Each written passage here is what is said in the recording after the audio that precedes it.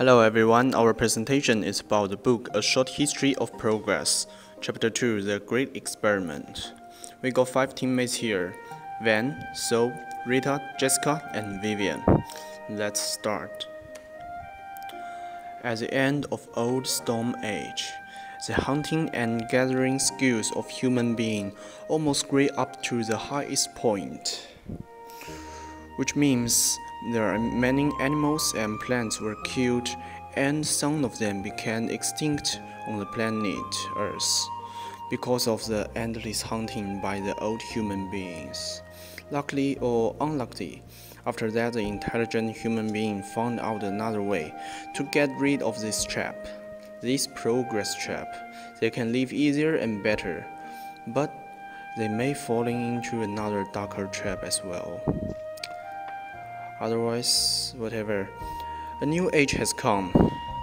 Instead of gathering, people learn about farming, about the agriculture. People can plant and gathering vegetables and fruits for the daily life. And instead of hunting, of course, people start herding, which means they start turning wild, violent animals to the livestock, which gives us stable supplies of the fresh meat for daily life. And next will come So. The Old Stone Age began nearly 3 million years ago, with the first roof tools made by the first roof beasts, slouching towards humanity. After man shows up in new lands, the big game starts to go missing, because the paternalistic hunting was the mainstream livelihood. Down in the richest environment on a seemingly boundless earth, the hunters drove entire herds over cliffs, leaving plies of animals to rot. The perfection of hunting spelled the end of hunting as a way of life. Easy meat meant more babies. More babies meant more hunters. More hunters, sooner or later, meant less game as they drove species after species to extinction. They walked into the first progress trap. Most of the dissidents found a new way to rise the stakes, that great change known to hindsight as a farming or Neolithic revolution. Here is a question. How does the modern technology affect the old Stone Age? Hi, I'm Rita. With the increasing number of human beings, hunting becomes more difficult, and meat are not easy to get anymore. They had to find another way to get food. Fortunately, they opened a new revolution by an accident, and it is agriculture. Women and children were acted as gatherers at that time. They are responsible to find fruit and vegetables in their diet. Later, the gatherers noticed that seeds scattered or passed in droppings would spring up the following year. They began to influence the outcome by tending and enlarging wide stands. Gradually, they began to rely on farming and almost totally depend on few staples. According to old books, wheat, barley, crop, potato, rice, and high-protein plants are main food in the 4 major regions of the world.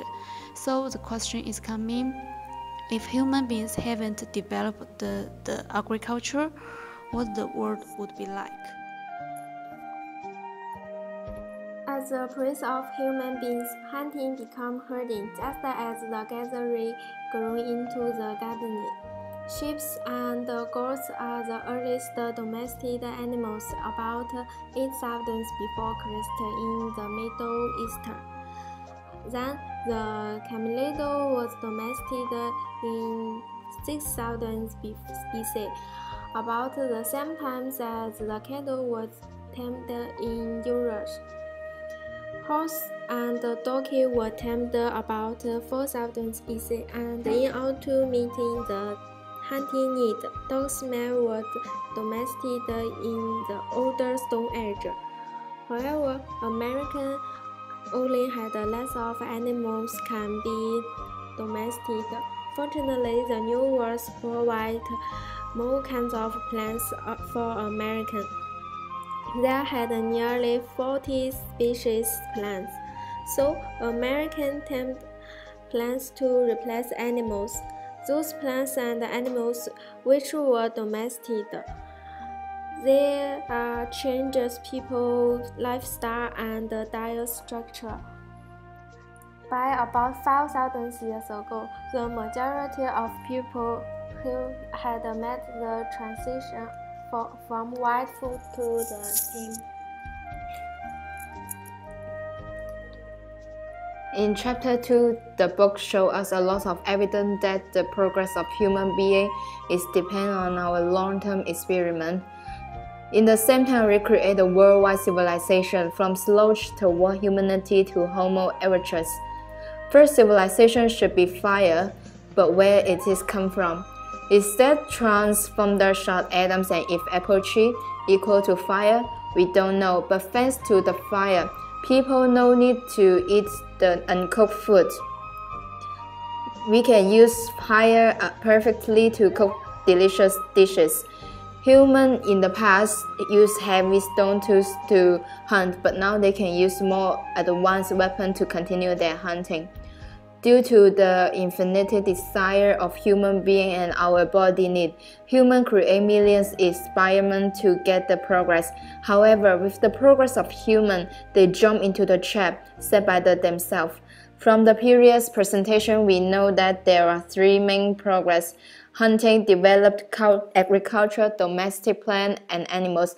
All of them is to satisfy human being needs. However, the overhunting result the existing subsist, and the human being relies on the domestic plant and the animals so much after the development of agriculture. The